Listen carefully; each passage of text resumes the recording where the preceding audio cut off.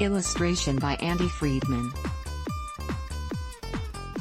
A few miles outside Orient, Iowa, along an unpaved road, sits the farm where Franklin Roosevelt's second vice president, Henry Wallace, was born in 1888. In a room filled with memorabilia from the days when FDR and Wallace championed an economic Bill of Rights, Senator Bernie Sanders spoke with me about the need for the Democratic Party to be as bold as it was in Roosevelt and Wallace's day.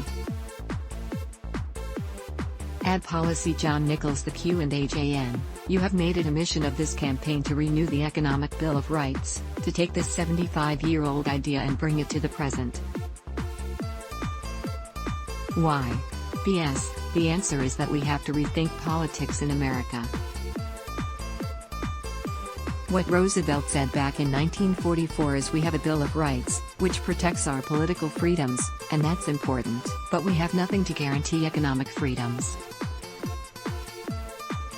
The question, in essence, that Roosevelt was asking is, if today you're making $9 an hour, if today you have no health care, if today you can't afford a higher education, how free are you, really?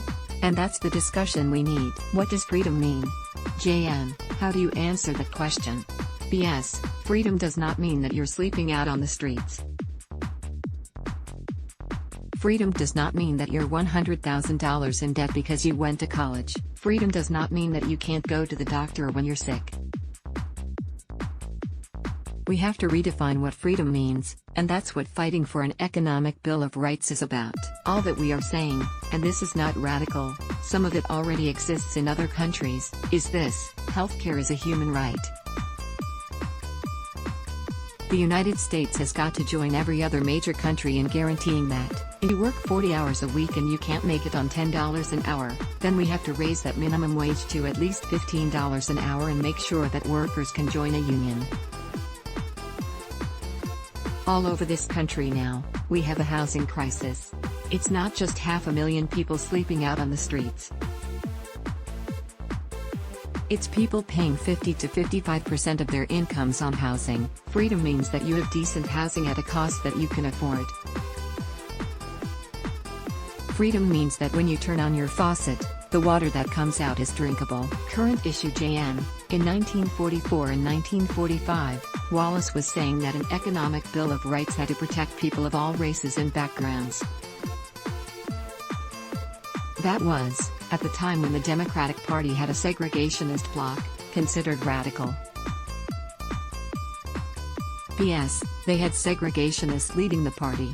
JN, in many cases, yes, and I would argue that the Democratic Party compromised its vision. For a long period after Roosevelt and Wallace, the party pulled its punches. It strikes me that when you talk about a political revolution, you are using FDR as a touchstone and saying, come on, let's be a party with a bigger vision. BS, if you want to reach back to Roosevelt, you reach back to 1936, when FDR said he welcomed the hatred of the economic royalists. What Roosevelt understood is that you have entrenched economic interests, he called them economic royalists, we call them a billionaire class, who will do anything to protect their wealth and power. You cannot bring about real change unless you are prepared to confront these people. Everybody except Donald Trump understands that climate change is an incredible threat to our planet, but we're not going to transform our energy system unless we have the courage and the movement capable of taking on the fossil fuel industry. One of the points of this campaign is to ask questions the corporate media will not. Where is the power in America? Why aren't things changing?